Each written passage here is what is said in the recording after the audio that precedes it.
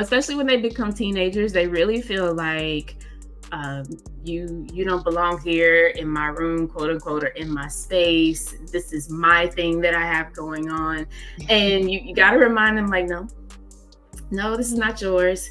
Me and your dad, or I, if I'm single with you, this is mine slash ours, but it's not yours at all by Mm. yourself. So, kind of setting that up to kind of let them know that the adult is in control, and that's a good thing because the adult has had more experience to make better decisions than teenagers or young people.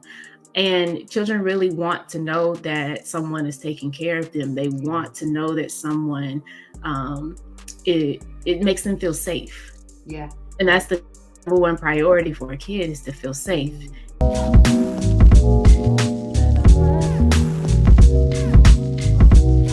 And I have Valerie here. She is a youth coach. And we're just going to talk about mental health with the youth. Very nice to meet you. Thank you for coming on Talks, Tasha. Thanks so much for having me. I appreciate it.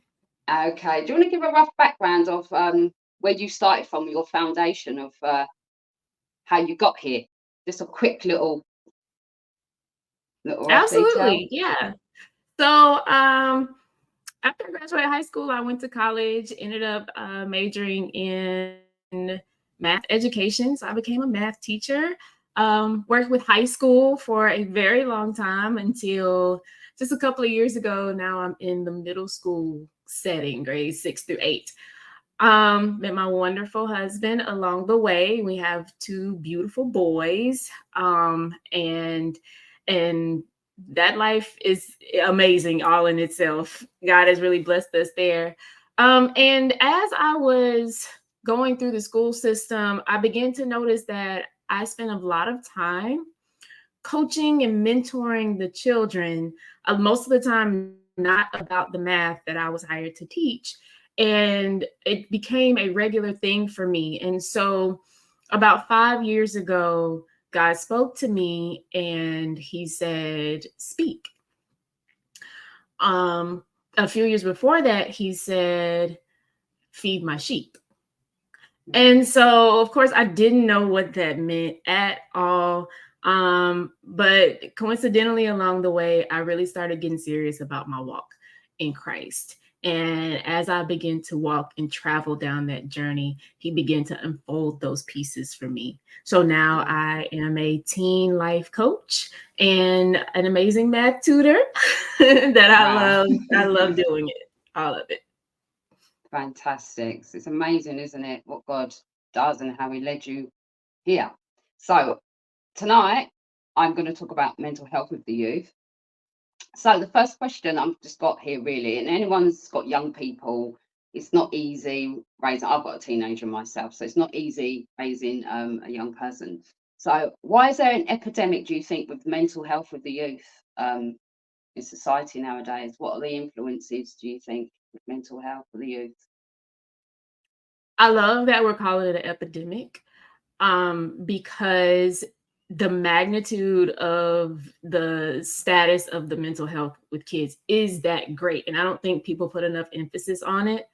I think that a lot of the reason why our youth are struggling with mental health is because they haven't been given the tools.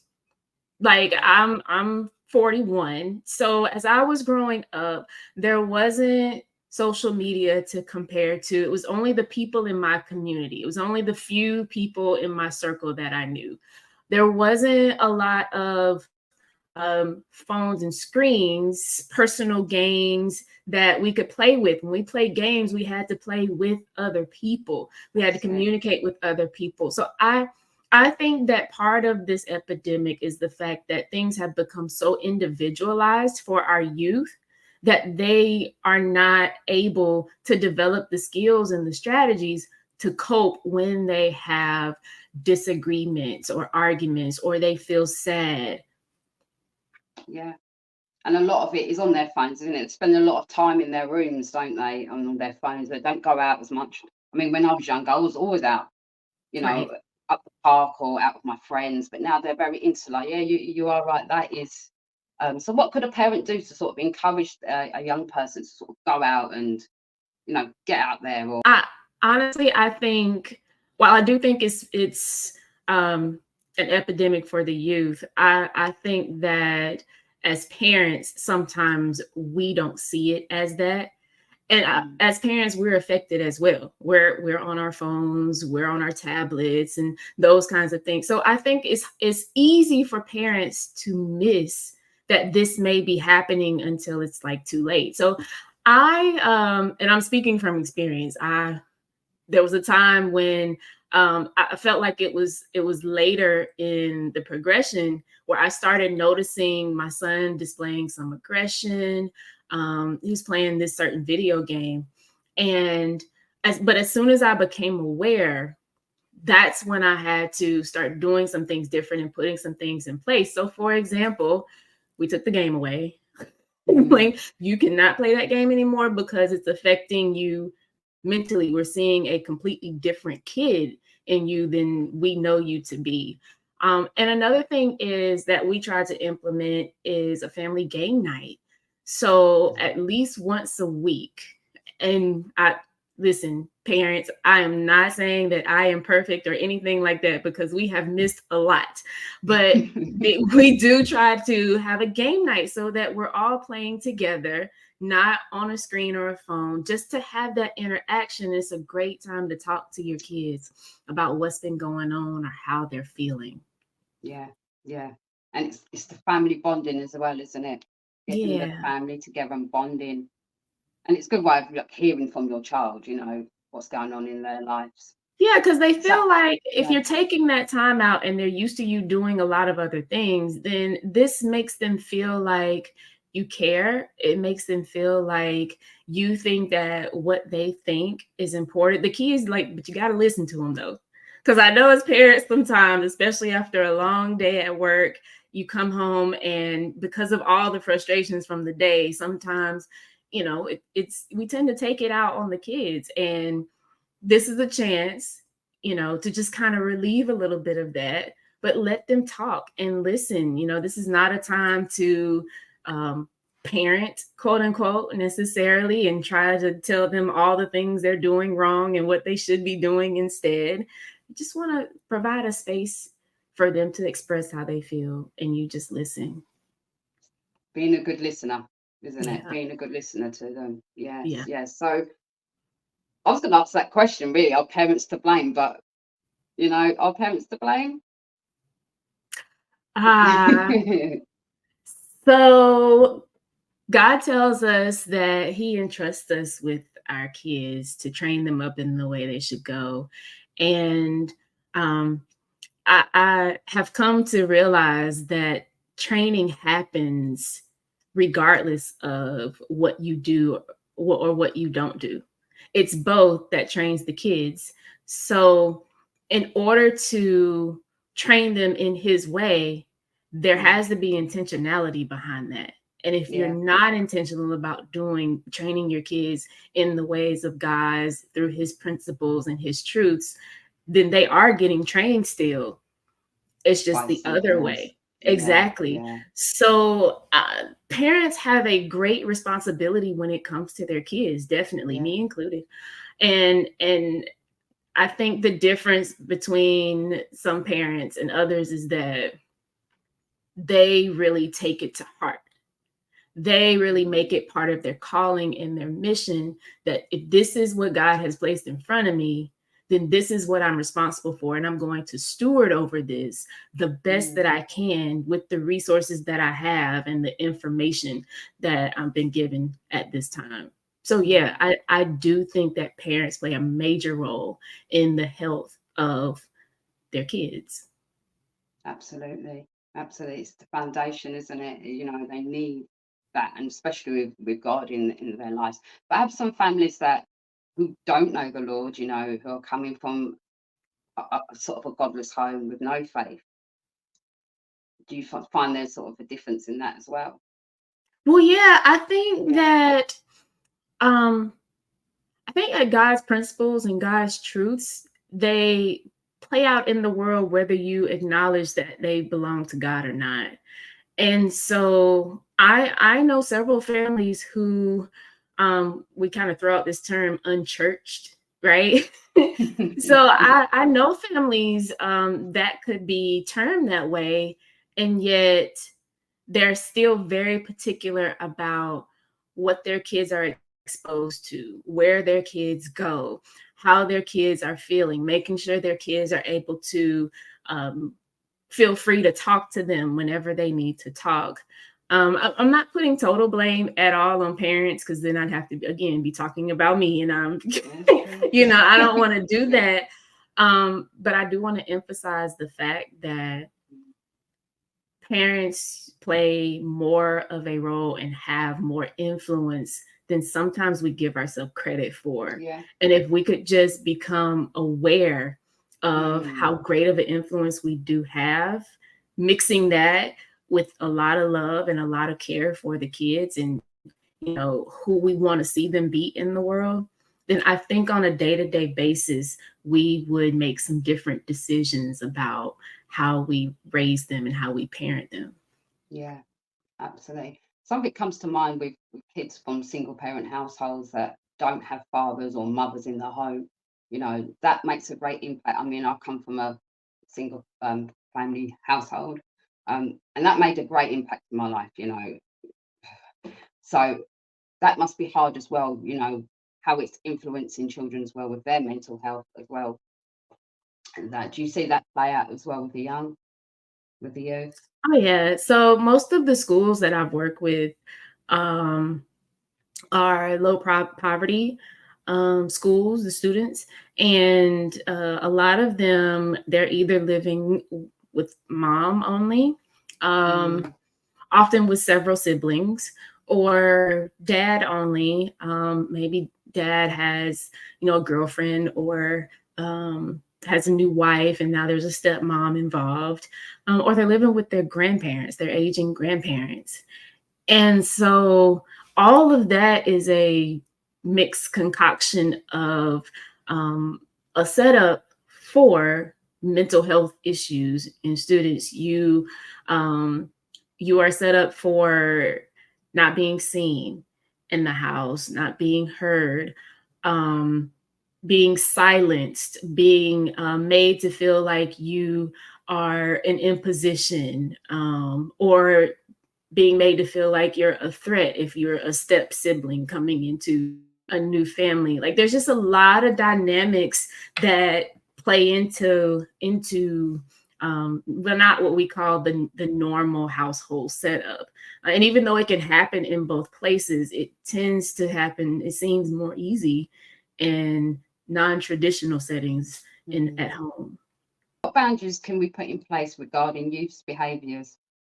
Be very guarded with how much privacy you give them, because especially when they become teenagers, they really feel like you don't belong here in my room, quote unquote, or in my space. This is my thing that I have going on.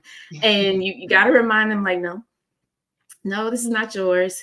Me and your dad, or I, if I'm single with you, this is mine slash ours, but it's not yours at all by Mm, yourself. So kind of setting that up to kind of let them know that the adult is in control, and that's it. that's a good thing, because the adult has had more experience to make better decisions than teenagers or young people.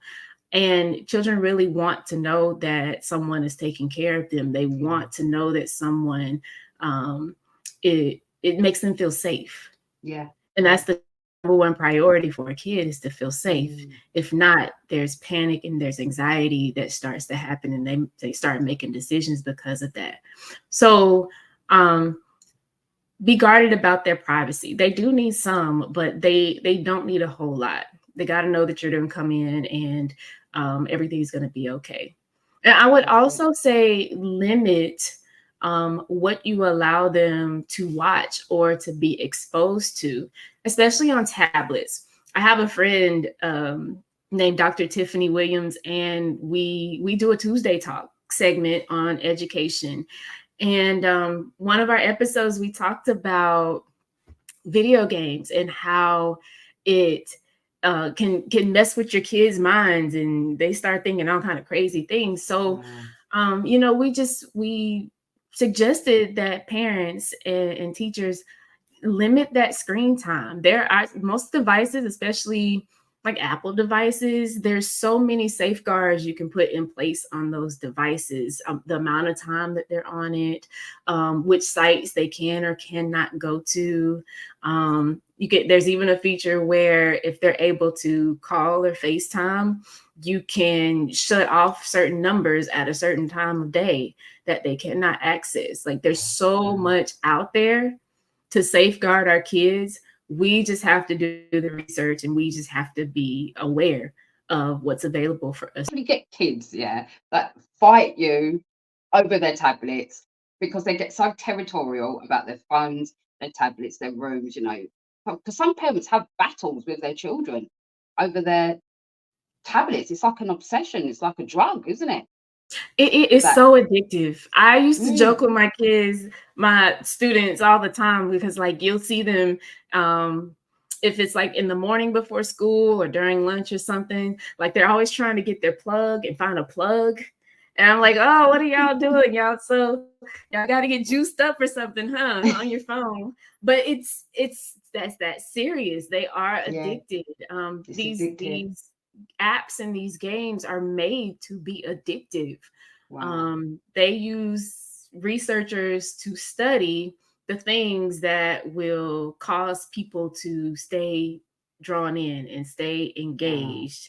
And that's just like, we have to have discernment about that. Even me, I had a game on my phone, and it got so bad one time. Y'all don't judge me, okay? It got so bad one time that I set my clock to wake up in the middle of the night to do something in the game because it had a timer on it. Mm, Woke up in the middle of the night and did the thing, and I was like, "Oh no, I know I got a problem." So I had to delete it. But think yeah, about our kids, like they don't have the wherewithal, the awareness to yeah, self-reflect in that way. So yeah, you have to be on guard for your yeah. kids. I do believe they're overstimulated in the mind. I do. I think they're just overstimulated with Hmm. these technology and things like that. Total different Absolutely. generation. Yeah. Different generation. And what would be the three things, you know, to pick up on if you see something's wrong with your kids? Any three main targets um, with your child? Yeah. Number one, behavior. So you, as the parent, you spend the most time with your kid, even when they start going to school. So, but you've seen the kid grow from baby to whatever stage they're in. So you've observed their patterns, thinking patterns, their habits, and all those kinds of things. If any of those things start changing, like my son, when he started becoming more aggressive and angry, and I was like, that's no, that's not him. This is not normal for him. Then that's something to pay attention to and dig into further changes in Yeah. behavior.